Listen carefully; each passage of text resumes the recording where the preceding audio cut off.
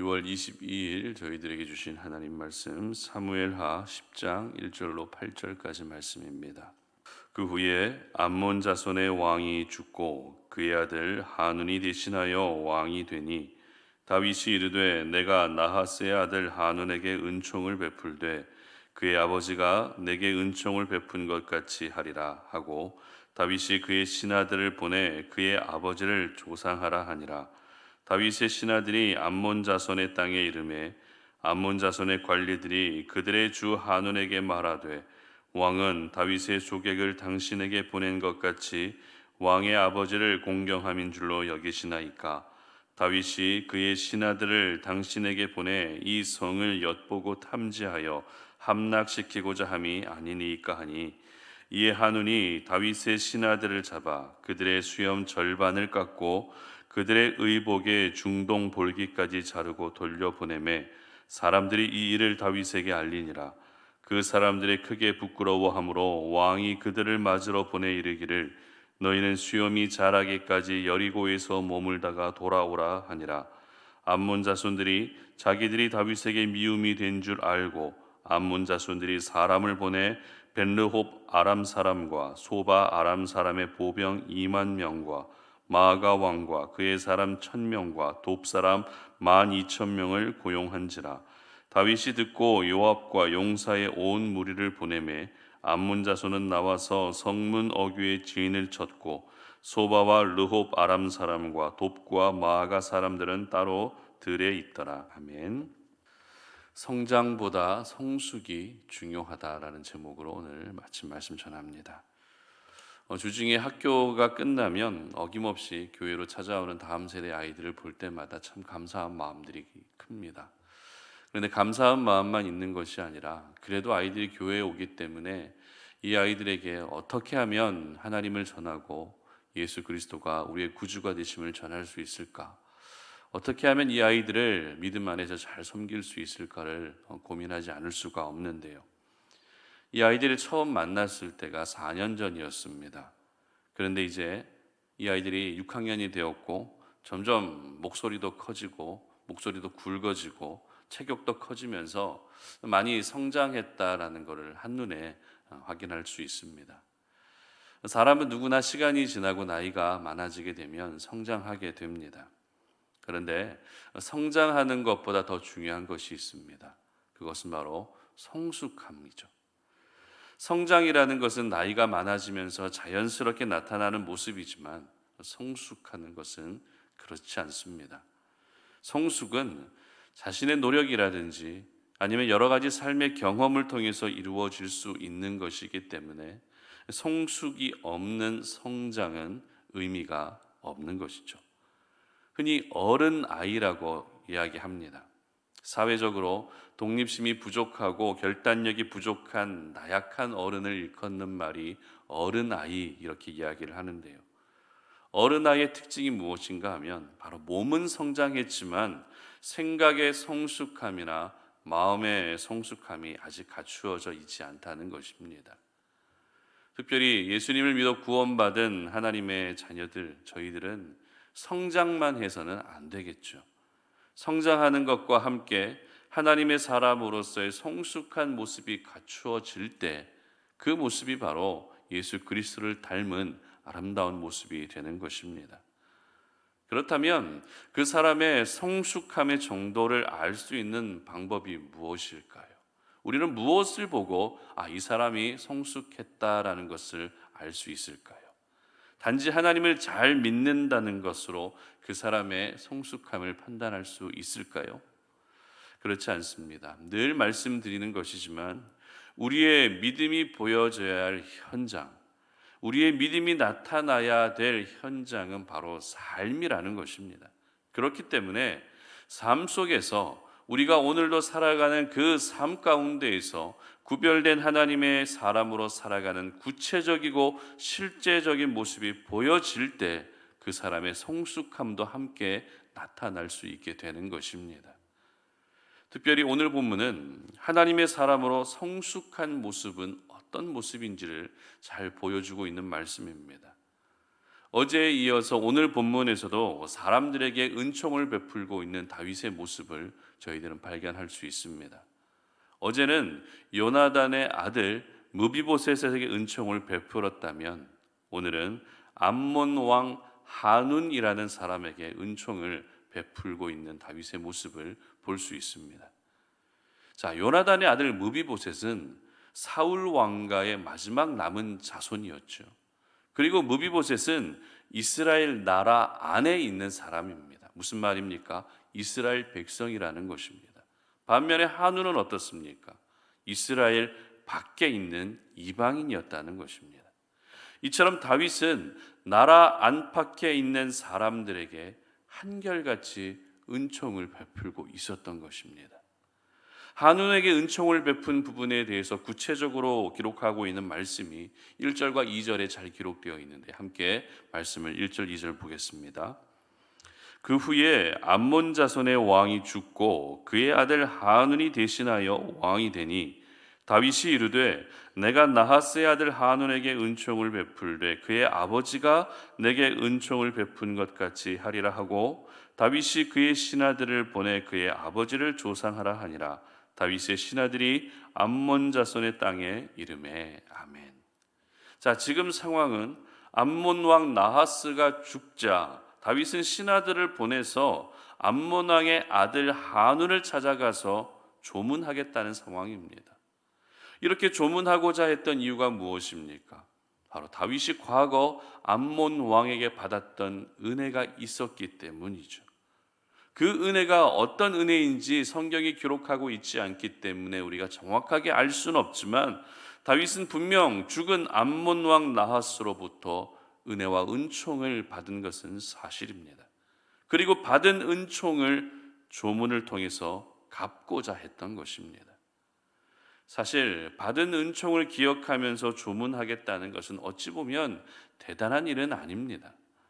그럼에도 받은 은총을 기억하고 있었던 다윗의 모습을 이렇게 구체적으로 성경이 기록하고 있다는 것은 바로 이방 나라라고 하는 특수성 때문에 그렇습니다. 즉 다윗은 이방 나라 사람이라는 이유로 도의에 어긋난 행동을 하지 않았던 것이죠. 오히려 받은 은총을 더 기억하면서 슬픔을 당한 유가족들을 찾아서 위로해주고 있는 성숙한 모습을 오늘 저희들은 보게 된다는 것입니다. 그러므로 우리 성도님들도 역시 여러분 주변에 믿지 않는 분들을 향해서 더욱더 귀한 관심을 가져주시고 믿지 않는 분들을 통해서 하나님의 사랑을 그들에게 흘려보낼 수 있는 그런 성숙한 하나님의 사람들이 될 수 있었으면 좋겠습니다. 우리가 믿음을 가진 사람들에게만 잘하는 것이 아니라 아직 믿음을 가지지 못한 사람들에게 더 귀한 사랑을 보여줄 때 여러분의 모습을 통해 진정한 하나님의 사랑이 흘러가게 되고 하나님의 사람이 어떤 사람인지를 보여주게 되고 그리고 하나님이 어떤 분이신지를 보여줄 수 있게 되는 것입니다. 그러므로 여러분 주변에 믿지 않은 영혼들을 한 번 더 돌아볼 수 있는 그런 하루가 될 수 있었으면 좋겠습니다. 그리고 다윗의 성숙함은 이것으로 끝나지 않는데요. 다윗이 조문단을 보내자 어떤 일이 일어났습니까? 암몬 사람들은 조문하러 온 사람들을 조문하러 온 것이 아니라 암몬 땅을 정탐하러 온 정탐꾼이라고 이렇게 보게 됩니다. 그리고 조문단의 수염과 의복을 모두 잘라버리는 굉장히 치욕적인 만행을 저지르게 됩니다. 4절 말씀을 함께 보도록 하겠습니다. 이에 한운이 다윗의 신하들을 잡아 그들의 수염 절반을 깎고 그들의 의복의 중동 볼기까지 자르고 돌려보내매. 자, 조문단이라고 하는 것은 다윗을 대신하는 사람들이죠. 그런 조문단이 옷도 잘려지고 수염도 잘려지는 치욕을 당했기 때문에 이렇게 되면 다윗의 입장에서는 당장의 그 수모를 되갚기 위해서 싸움에 나서는 것이 당연합니다. 하지만 다윗은 섣불리 먼저 공격하지 않았습니다. 오히려 암몬 사람들이 먼저 싸울 준비를 하게 되고 다윗은 암몬의 공격을 막아내기 위해 불가피하게 전쟁을 해야 되는 국면으로 접어들게 됩니다. 그리고 결과는 암몬의 대패로 끝나게 됩니다. 암몬 족속의 입장에서는 당시 최강국이었던 이스라엘과 굳이 대적할 필요가 없었습니다. 더군다나 나하스 왕 때에는 암몬과 이스라엘이 화친 관계였기 때문에 나하스가 죽었어도 아들 한우는 그 관계를 지속하는 것이 지혜로운 외교의 방향이었습니다. 하지만 한우는 아버지와 전혀 다른 방법으로 나라를 다스렸던 것이죠. 그리고 결국 이스라엘에게 크게 패하게 됩니다. 이처럼 다윗은 조문단이 수치를 당했다는 이유로 감정이 앞서서 성급하게 먼저 싸움을 걸지 않았습니다. 싸우기 전에 먼저 수치를 당한 조문단들을 여리고에 머물게 하면서 수염이 다시 자랄 때까지 사람들이 보이지 않는 곳에서 조용히 지낼 수 있도록 그들을 배려해 주고 있었던 것입니다. 이것이 바로 다윗의 성숙함이었죠.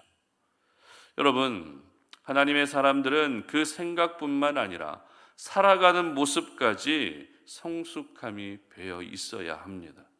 성숙한 사람은 절대 받은 은혜를 잊지 않습니다.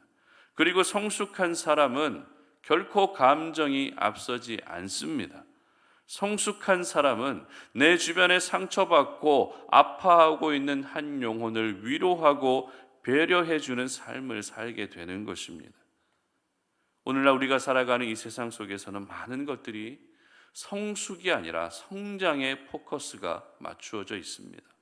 그래서 속사람을 생각하기보다, 속사람을 아름답게 가꾸어 가기보다 겉사람, 겉으로 보여지는 모습을 더 중요하게 여기는 시대가 우리가 살아가고 있는 이 시대입니다.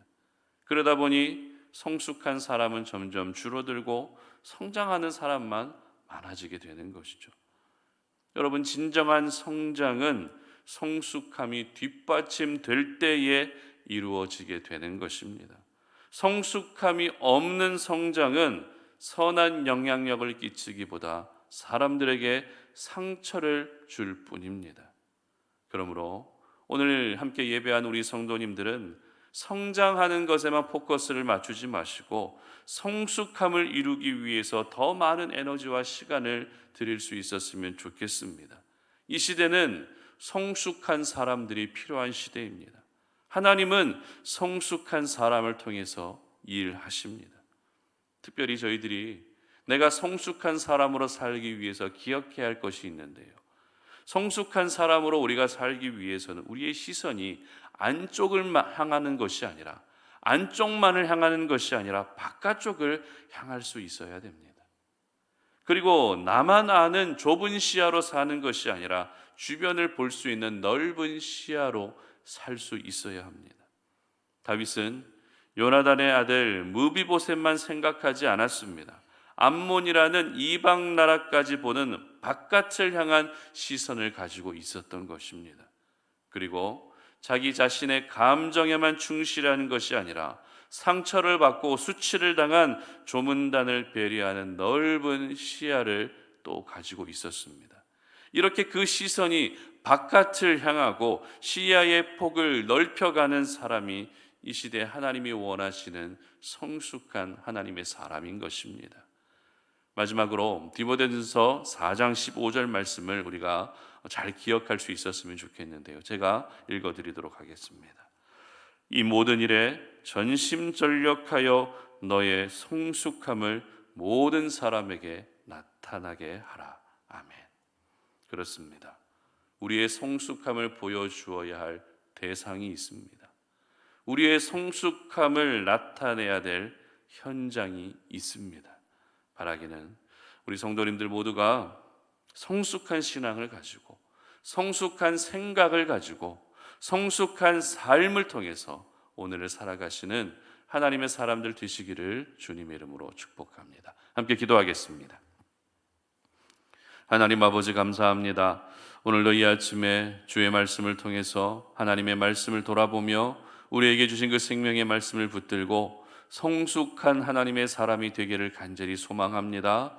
하나님 아버지, 내가 몸이 자라며 성장하는 것에만 포커스만 두는 것이 아니라 내 믿음과 생각이 성숙해질 수 있는 성숙함을 이루어 갈 수 있게 하시고, 그 성숙함이 세상의 많은 사람들에게로 보여질 수 있는 하나님의 사람이 되게 하여 주시옵소서. 우리의 시선이 안쪽만을 향하는 것이 아니라 바깥쪽도 향할 수 있도록 도와주시고, 우리의 시야가 좁은 시야가 아니라 넓은 시야를 가지고서 내 주변을 돌아볼 수 있는 그런 하나님의 사람 되게 하여 주시옵소서. 그래서 성숙한 하나님이 사람이 되게 하셔서 성숙한 나를 통해 일하시는 하나님의 귀한 은혜를 경험하는 우리 모든 성도님들 되게 하여 주시옵소서. 감사드리며 예수님의 이름으로 기도드립니다. 아멘.